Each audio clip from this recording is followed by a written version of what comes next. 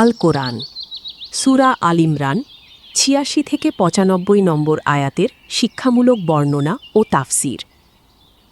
পরম করুণাময় অসীম দয়ালু আল্লাহর নামে শুরু করছি।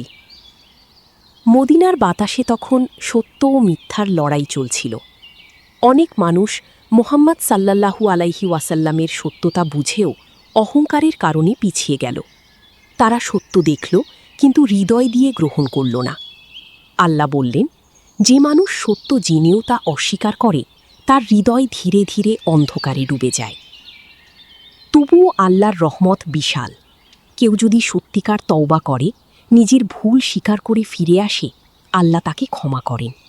কিন্তু যারা কুফরির উপর অটল থাকে এবং মৃত্যু পর্যন্ত সত্যকে প্রত্যাখ্যান করে, তাদের কোনো সম্পদ বা মুক্তিপণই আখিরাতে কাজে আসবে না। এরপর আল্লাহ মানুষের একটি ভুল ধারণা ভেঙে দিলেন। অনেকেই ভাবত শুধু বাহ্যিক ইবাদতই যথেষ্ট, কিন্তু আল্লাহ জানালেন, তোমরা কখনো প্রকৃত নেকি অর্জন করতে পারবে না যতক্ষণ না নিজের প্রিয় জিনিস আল্লাহর পথে ব্যয় করো। এই আয়াত মানুষের হৃদয়কে পরীক্ষা করে, তুমি আল্লাহকে কতটুকু ভালোবাসো। এরপর ইহুদিদের কিছু ভুল দাবির জবাব দেওয়া হলো।